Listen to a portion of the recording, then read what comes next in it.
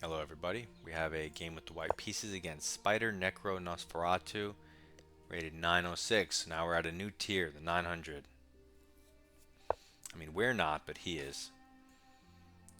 It looks like we'll be playing a French, and a French is very important to know how to play against. So we're going to play the advanced variation, because you need to have some line against the French. He plays the immediate f6, which is not common, but somewhat principled, and an interesting move. But I'm just going to develop. I mean, you could play f4 and support it. Let's Instead of bringing the knight, let's do f4, which you don't see often in all of my French games. But so he takes, and we take, establishing this pawn center, and we have the open f file and the weakened king due to the lack of an f pawn, which allows things like queen h5. He's going to respond with g6. If we want to set up the puzzle rush tactic, we need to have our bishop here so we can take. And so it's very natural for the next move to be bishop here, setting up queen h5 check, as opposed to knight here, which does not set up anything and blocks the queen. He gives us a check, but this is a bad move because the natural c3 is a desirable move for white, supporting his center. And so now he just spends 2 turns doing nothing with his bishop, and we get to spend a turn doing something we want and something else, which will be bishop here. So he goes to a square he could have went to anyway. We develop our bishop, setting up queen h5 tactics as this hangs the pawn. Okay, so now he blunders multiple things. He moves the same piece again a third time, so clearly can't be the best move. You don't want to take and develop his queen and ruin your threats, but now our queen h5 not only comes with moving his kings, losing castling rights, but the bishop hangs. So it's a blunder in various ways. And now on g6, if you take the pawn, he'll take, and if you take the rook, your bishop is hanging. So it makes more sense to just take a free bishop outright. There's nothing to calculate here, and you're just up a bishop. So with a much better center, a better pawn structure, more space, zero development issues, an open f file for your rook, completely devastating and over. So he moves his knight. The drawback is it undefends this square, which means we can play this with tempo, an improving move that hits the rook. He's gonna, oh, I thought he might castle, but okay, he's gonna move the rook or castle either way, and we get the turn back. This knight on our queen side is clearly our worst piece, so let's develop it.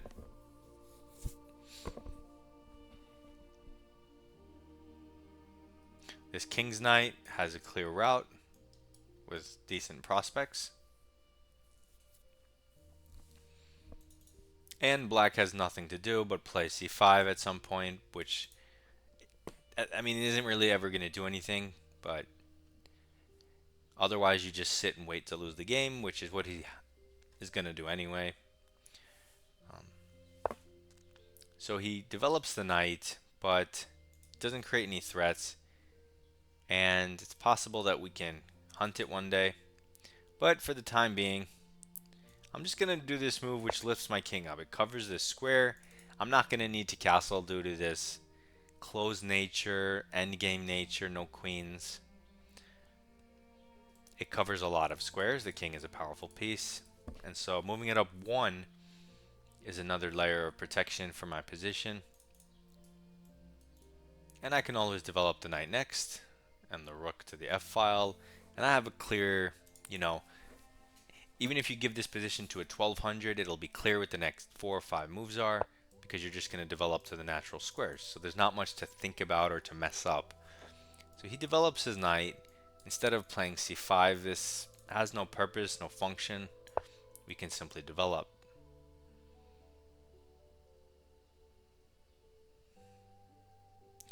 And so we're ready to hop in here with threats, but you don't need to immediately, because when he kicks it, do you have a good future square? Maybe yes, maybe no. Now that our knight is here, it covers the h4 square a second time. If we do kick this knight, it can only go to these two squares. So, in the name of restricting his activity, gaining space, let's push back the knight. Because f5 is not an outpost, we do have a g-pawn. And so his best piece, his only piece that's doing even a semblance of anything, we kick it. And now it can no longer use the square, and his position is just terrible. He's down a piece, but it's way worse than that. He attacks this pawn, and again, in the name of restriction, we can make the very simple h3 dominating this knight, so he has to try to reroute it. But then you can't even go forward, so where are you rerouting it to?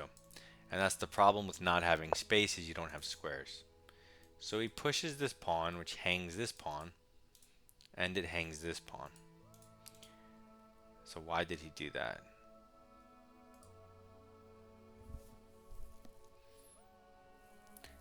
I guess he just didn't want me kicking his knight, but that doesn't make sense because I would give him back his square.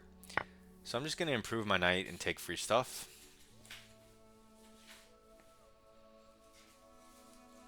And hopefully you guys can win this position.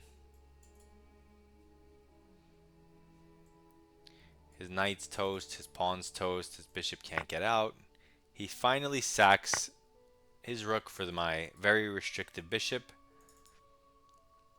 So I like that he tried to make a practical decision even though he's toast either way. I like that he went for it.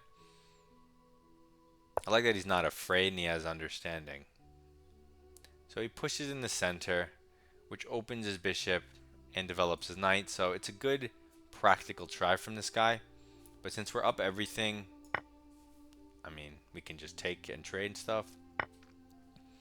We bring his knight to the center, but it's not really going anywhere. We just take more free stuff. We're up 7 points of material. His bishop, yeah, it's open, but also not really going anywhere. His knight is stuck. We have 3 outside connected past pawns. Like, you can see all the different things, all the different variables or factors that you look at, different win conditions you can have, all based on the layout, 8x8 geometry. Okay, so he tries to improve his knight. We gladly take because our knight's in a weird spot at this point, and it's in front of the pawns we want to push, and we're up material. So easy trade. And now we can bring our other rook in the game to the only open file opposite his king. That makes sense. We could also move our pawn up and solidify our past pawns. Yeah, let's do that. It does release some control over a light square, but he can never do anything, so it makes no difference. Even if he had access to that, the best he can do is blockade. Oh, but he doesn't have access because we had control, so that was a blunder. And he might resign. Spider, Necro, Nosferatu might resign. He doesn't. He attacks the pawn, but we can just simply connect 3.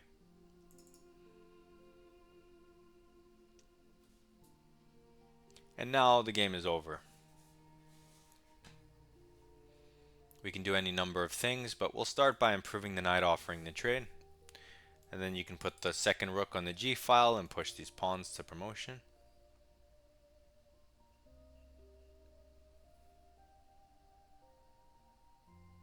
And you can see just how little by little I'm controlling all the squares as we creep forward into his position, leaving him with no active things to do.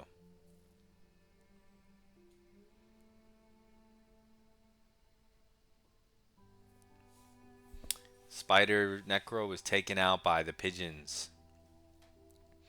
Now he's stumped. He doesn't know what to do. So he moves the knight back, but we'll gladly just trade the last piece he has, last minor piece. It makes no difference. And now when he takes back, we can improve our knight. Forward It defends the pawn, which allows h5 pawn pushes. It gets closer. He gives us a random check, but all it does is move our king up the board, which helps our king. It doesn't do anything about the fact we're going to pawn storm him with tempo, or that we can challenge his rook. So he moves his king, but I'm going to just cut everything off and challenge his rook with my last piece. If he wants to trade, I'm actually going to take with the... I'll still take with the rook. Okay, he doesn't trade, so this is way worse for him. And, I mean, we could push our pawns, we can infiltrate. Let's just stick a rook here, just creating this laser in the center, this T.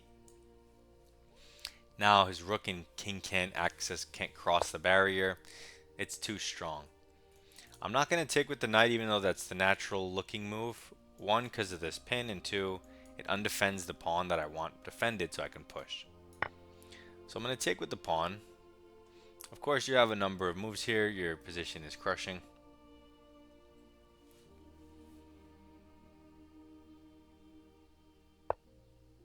He goes here.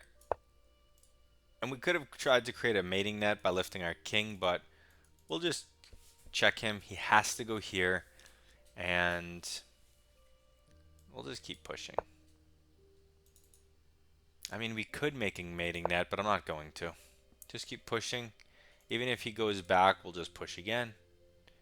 We'll just launch it all the way to promotion. He might just resign. It would have been easier if I just went king e4 for the mate before, but okay. He can take my knight. I don't even care. Now he has to sack his rook.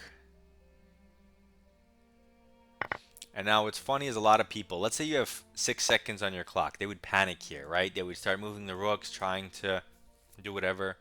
But this rook is a laser, this rook is a laser, and we have 2 pawns that are promoting to lasers. So the mate is already in the bag. It's pre-moved. So you don't need to panic even with 2 seconds on your clock. And there you go. 30 points of material to checkmate him, more or less. I don't think we need to, because this was a super easy game where he hung everything. But I'll click the button one time just to see. Yeah, so we got a couple Frenches, which, like I mentioned, you definitely need a line. Even if you don't want to play the advance for whatever reason, you need to pick a line and you need to know a little bit about it, ideally. But we always go with the e5, and yeah, we have a 97% game, so good enough. Nothing to really talk about. Soon we'll get the openings that you're waiting for. Good luck in your chess. See you in the next one.